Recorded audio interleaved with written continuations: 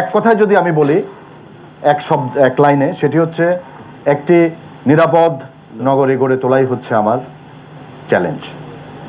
এখন এই নিরাপদ মহানগরী গড়ে তোলার জন্য যে কাজগুলো করতে হবে সেই কাজগুলো হচ্ছে আমাদের সবার সহযোগিতা, জনগণের সহযোগিতা, সাংবাদিকবৃন্দ আপনারা যারা আছেন আপনাদের সহযোগিতা,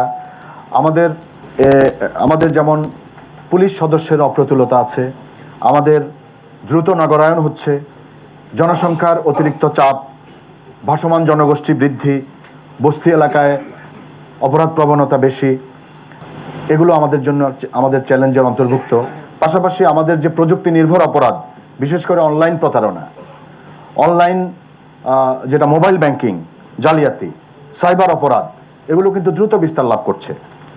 আমাদের যে কিশোর গ্যাং আপনারা বলেছেন, মাদক, সংঘবদ্ধ অপরাধ এবং অপরাধীদের নেটওয়ার্কের বিরুদ্ধে আমাদের শক্ত অবস্থান।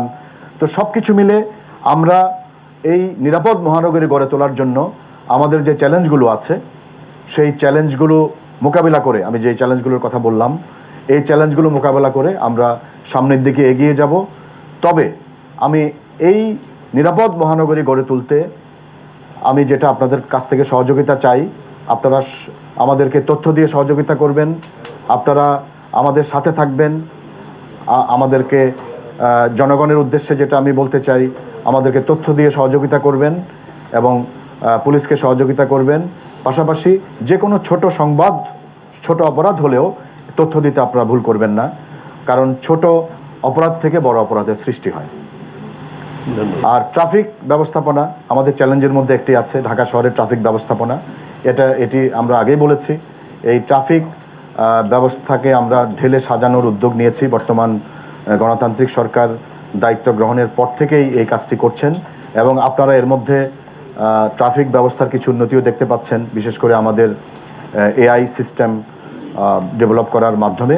আমাদের টার্গেট আছে আমরা পর্যায়ক্রমে আমাদের যে বিভিন্ন ইন্টারসেকশনগুলো আছে সেখানে এই এআই সিস্টেমটি আমরা প্রসার করব, বৃদ্ধি করব। পাশাপাশি আমাদের যে ট্রাফিক আইন, জনগণের ট্রাফিক আইন মানার ক্ষেত্রে আমি জনগণকে এবং আপনাদের মাধ্যমে অনুরোধ করতে চাই যে ট্রাফিক আইন মেনে চলবেন, ট্রাফিক আইন অবশ্যই মেনে চলবেন, যাতে আমরা একটা নিরাপদ এবং সুন্দর ঢাকা মহানগরী গড়ে তুলতে পারি। সবাইকে ধন্যবাদ।